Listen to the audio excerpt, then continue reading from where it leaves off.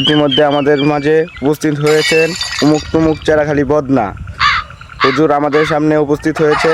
হুজুর তো বহুদিন যাবৎ মা বাবার ওয়াজ করলেন, আজকে একটু যুবকদের নিয়ে একটা ওয়াজ করেন।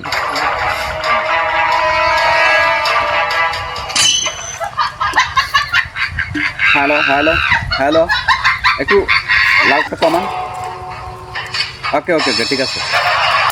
আলহামদুলিল্লাহ, এখন আপনাদের সামনে আমি কিছু ওয়াজ পরিবেশন করব। আমি এক এলাকায় গেছিলাম, বহুদিন যাবত ওয়াজ করার পরে মা বাবার ওয়াজ অনেকেই শুনেছেন।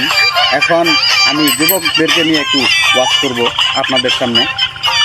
এখন সরকার পরিবর্তন হয়েছে, নতুন সরকার, তাই আমি একটা নতুন ওয়াজ করব যুবকদের বিষয়ে। মা বাবাদেরকে নিয়ে বহুত ওয়াজ করেছি, এখন আমি যুবকদেরকে নিয়ে একটা ওয়াজ করব। এখন মা বাবাকে তো যুবকরা বাদ দেয় না, এখন তারা শ্বশুর শাশুড়িকে নিয়ে ব্যস্ত। বাবাকে কোনোদিন 6 মাসে বছরে একদিন বাবা করে ডাকে না, আর শ্বশুরে আব্বা আব্বা আব্বা আব্বা আব্বা আব্বা করে ডাকে।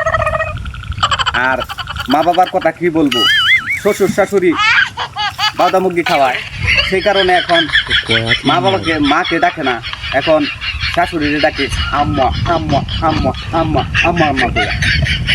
কথা বলেন ঠিক কিনা?